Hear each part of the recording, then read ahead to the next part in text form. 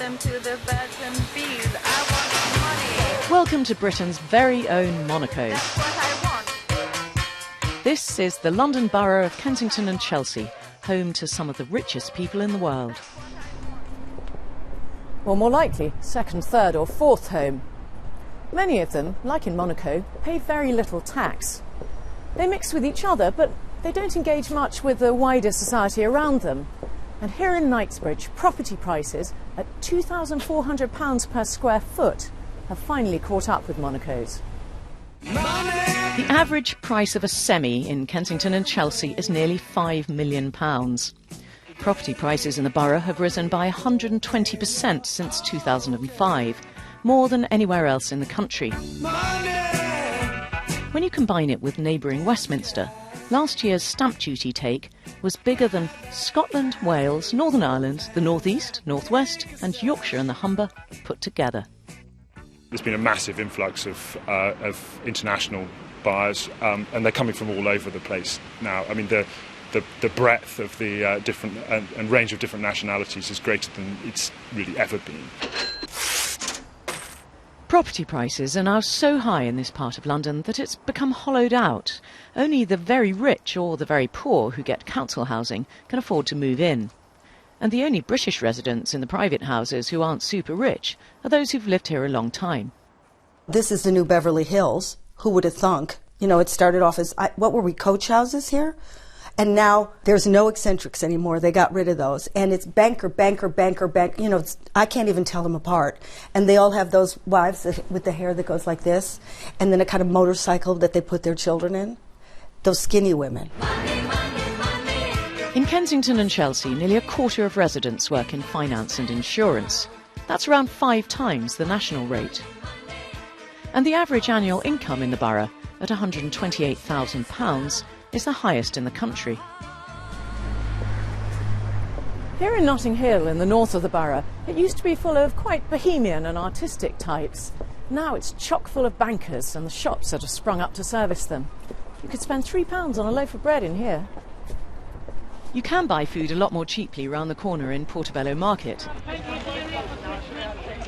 And the stallholders there remember this area the way it used to be. This was a real poor area, like real poor. People were fighting in them days to get out of this area. Now they're fighting to get into this area. I mean, I was born, 100 yards up the road from me in a little mews. Mum and Dad and my sister, we used to live in a little mews flat there, you know. Dad used to pay about £5 a week rent. I know that was a long time ago. Them gaffs now are worth about £2.5 million each. So that says it all to me, I think, you know. And do any of the rich people shop here? They're guys that live up that mews there, they get all their fruit online. And they're in a fruit market. There's really no community now. Where there's a shortage of space and lots of demand, people have to build. In Monaco, they're building up in ever higher skyscrapers to the fury of many locals.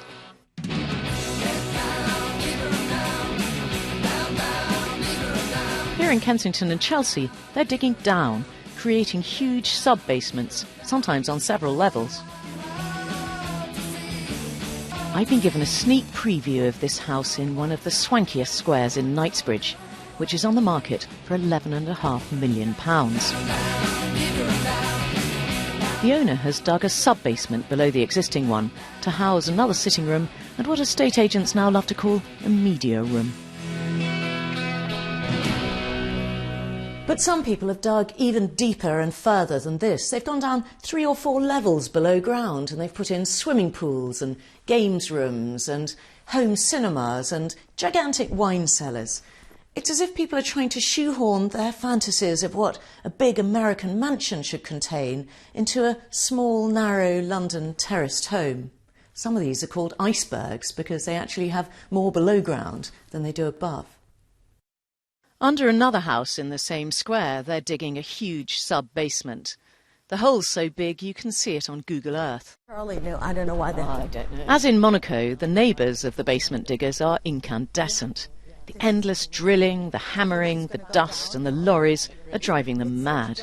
I only know drill. That's the only sound in my head. I've had little silicone implants, so I don't have to hear the drilling. And it's a competition. Who can build lower? Really, it's a kind of how rich are you? So some people are hitting the crust of the earth now. More than half of Kensington and Chelsea residents were born overseas, and 27% arrived in the UK in the past 10 years.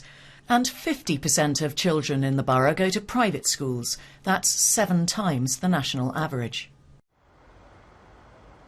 It's not just the language and the schools that attract rich foreigners to London. The capital also has appealingly low property taxes on very expensive houses. Less than half of those of New York and less than a third of Hong Kong's. And some of these houses are barely lived in.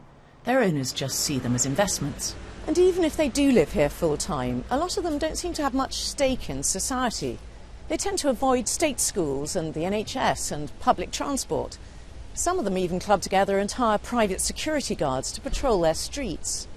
It's as if they're living in a bubble, quite separate from the rest of us, and only mixing with other extremely rich people.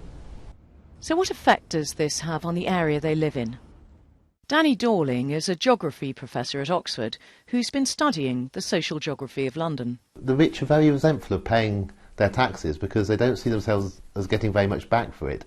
At the same time, as this kind of apartheid between the rich and the poor grows, the poor obviously are very, very resentful of the rich. The rich find it incredibly easy as far as they're concerned to live there and are squeezing them out and are making it harder and harder for poorer people to live. And the people in the middle, well, there's less and less and less of them. And the damage isn't just social. The area's been hollowed out physically too. With all these giant sub-basements being dug, there's now a whole honeycomb of holes in the clay under Kensington and Chelsea's streets. You can almost imagine the disaster movie ending as the borough collapses into a sinkhole of its own.